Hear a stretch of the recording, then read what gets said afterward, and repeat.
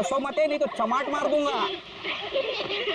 तो मेरे पास है सर्वशक्ति, सर्वशक्ति है मेरे पास, मैं कर दूंगा सबका सर्वनाश। अबे ओए, तेरा सर्वनाश करने हम आए हैं।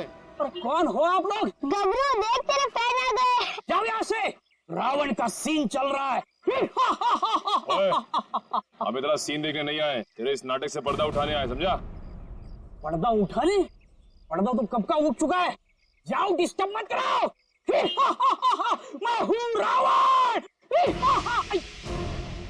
डिस्टर्ब तो तुमने कर दिया हमें। अब ये नाटक बंद कर, हम लोग सीआईडी से हैं। क्या सीआईडी से? यहाँ पे रख लो, पहले बताना था ना। भागो रावण भागो। ओके निकल, पकड़ो से।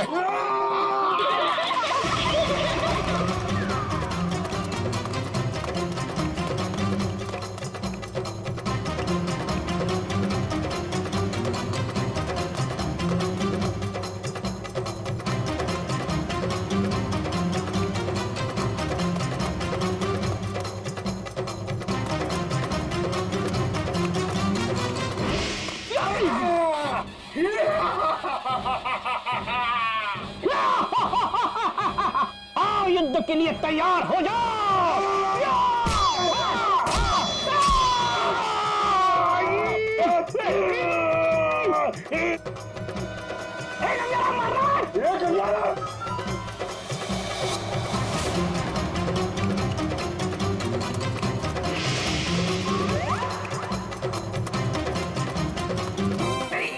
अरे छोड़ सीआईडी पीछे आ रही। अरे मैं तेरा मन्नू मामा, छोड़। अरे छोड़ नहीं, जल्दी ये ठूस चल।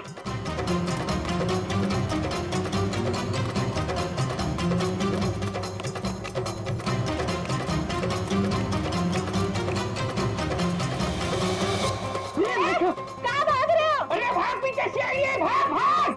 भागी साला, छोटी लगेगा, भागी भागोगे, भाग।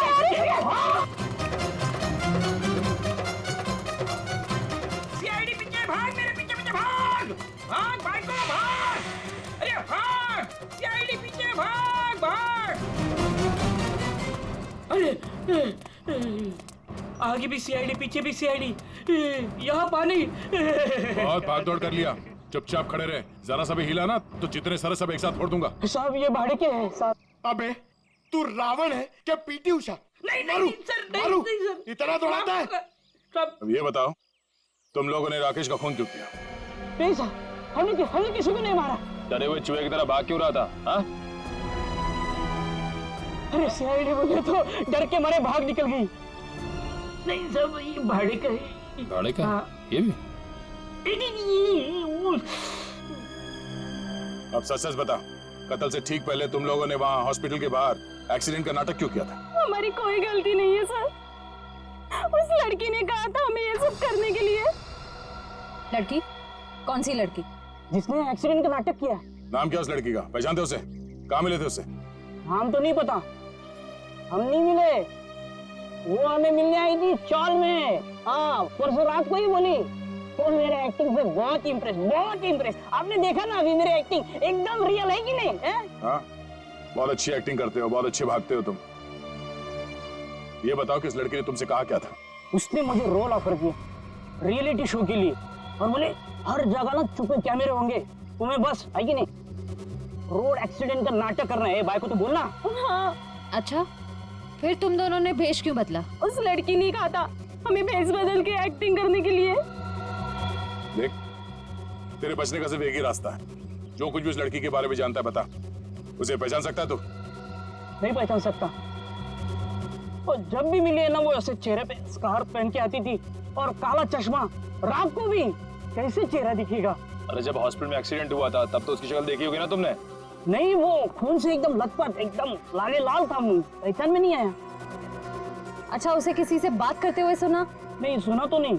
हाँ, लेकिन मुझे बोली कि तुम बहुत ही अच्छे एक्टर हो, दोबारा जरूर बुलाएंगे। दोबारा बुलाएगी? हाँ। मतलब वो एक और खून करने वाली?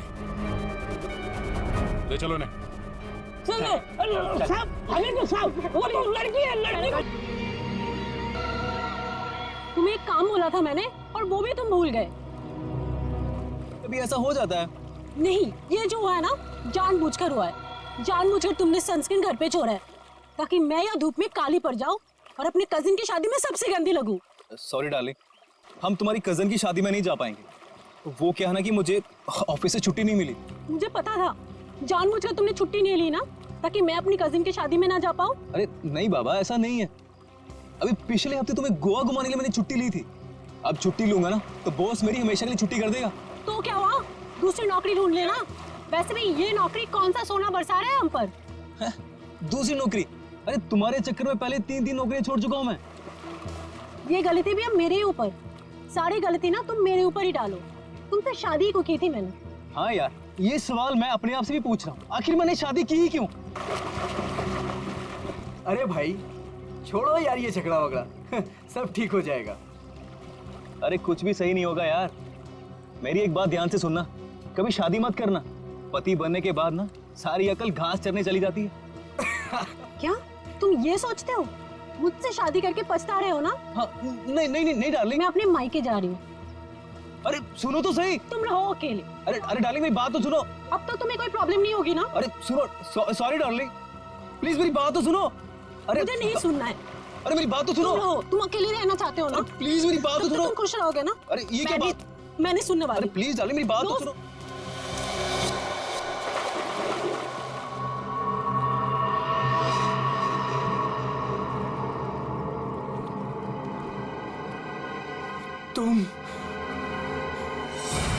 तुम जिंदा हो? ये तो मनन की आवाज है। हाँ।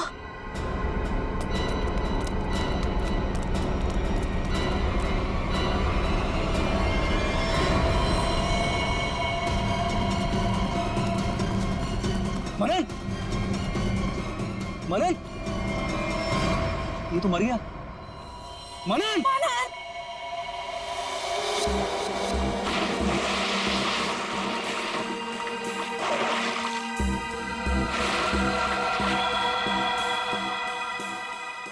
दया रस्सी से गला दबाकर मारा गया है। गले पर रस्सी का निशान इतना गहरा है, लगता है बहुत ज्यादा प्रेशर से मारा गया है इसे। तो इसके शरीर पे कोई और निशान, कोई फिंगरप्रिंट जिससे खूनी के बारे में कुछ पता चल जाए? नहीं देखो, खूनी बहुत चालाक है, उसने कोई ऐसा निशान नहीं छोड़ा। लेकिन फिर भी मुझे लगता है पहले इसे सामने से धक्का दिया गया और उसके बाद इसे सामने से ही रस्सी से गला दबा करके मारा गया। देखो मैं बताओ,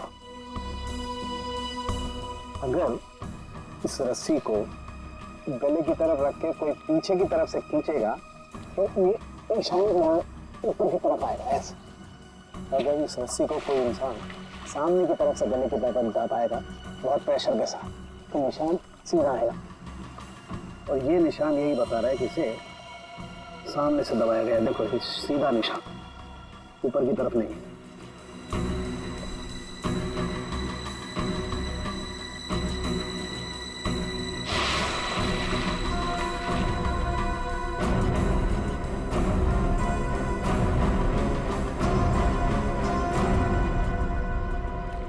आप लोग कहाँ थे? आप लोग जब ये खून हुआ? सर हम घर के सामने थे सर। ये मुझसे झगड़ा कर रही थी और मैं इसे मना रहा था सर। पर गलती तो तुम्हारी थी ना, और तुम्हारी वजह से लड़ाई भी हो रही थी। एक मिनट, ये आप लोग झगड़ा बाद में करते रहना। ये बताओ कि खून किसने किया? सर वो पता नहीं, लेकिन वो कोई लड़की थी। इसका मतलब आप लोगों ने खूनी को देखा है? नहीं सर, हमने खूनी को नहीं देखा। तो फिर आप कैसे कह सकते हैं कि खूनी कोई लड़की थी? मनन किसी लड़की से बहस कर रहा था। उसकी चीख से पहले वो किसी लड़की से बहस कर रहा था। अच्छा, वो क्या बोल रहा था? वो जोर जोर से यही चिल्ला रहा था कि तुम जिंदा हो, तुम तो मर चुकी थी। फिर सर जोर से उसकी चीख सुनाई दी और हम लोग दौड़ के यहाँ पे आए और फिर आके देखा मानन मर चुका था। वॉचमैन, जरा ठीक से याद करके बताओ कि पिछले 2 घंटे में यहाँ पे कौन कौन आया था? हाँ सर, मुझे अच्छी तरीके से याद है।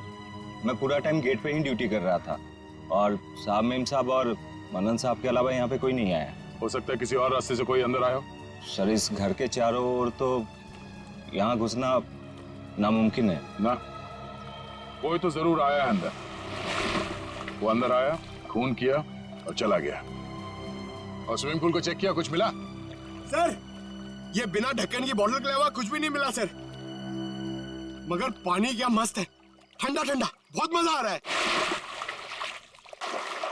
पंकज, तुम यहाँ पर क्या पिकनिक मनाने आए हो? नहीं सर, नहीं सर, भारत हो भारत।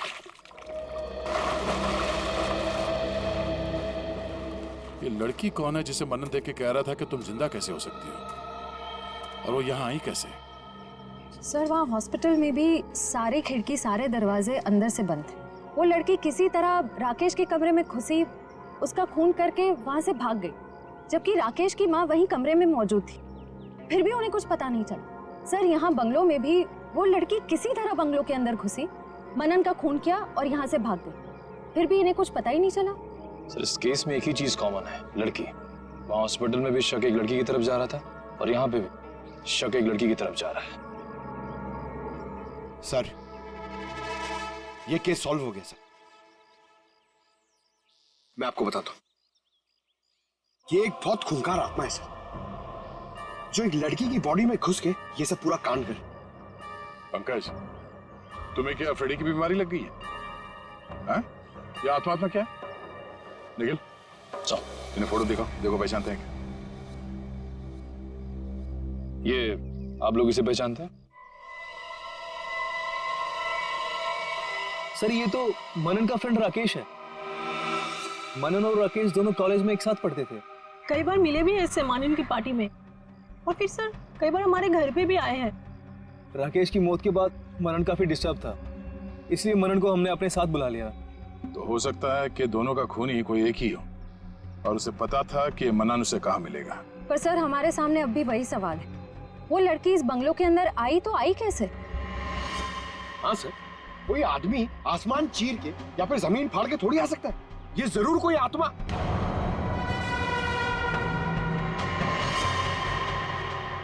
हाँ, जमीन फाड़ के तो आ सकता है। अब जरा देखो यहाँ से बाहर निकलने का जमीन में कोई रास्ता है क्या? सर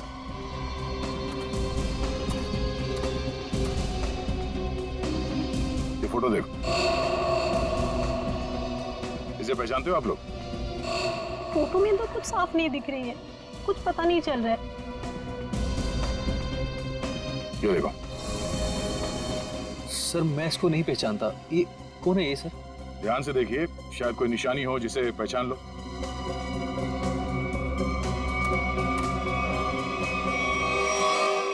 सर हाँ, क्या हुआ? सर ये मैनहोल। खोलो से।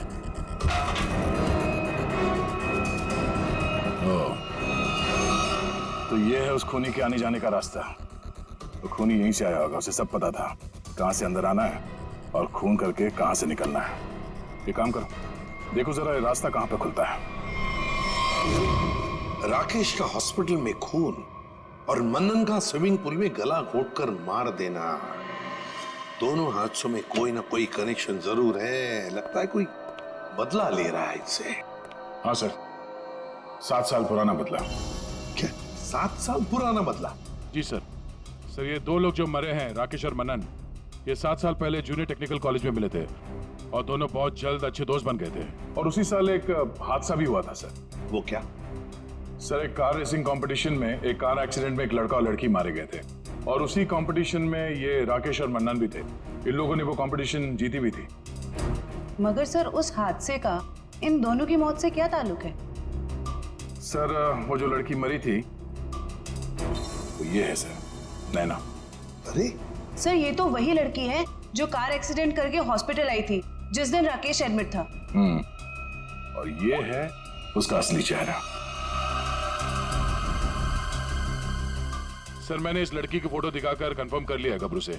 उसने कहा कि यही वो औरत है जिसने उसे पैसे देकर नाटक करने के लिए कहा था, और उस नर्स से भी इसी लड़की का ट्रीटमेंट किया था। तो फिर ये लड़की 7 साल पहले मरी नहीं थी?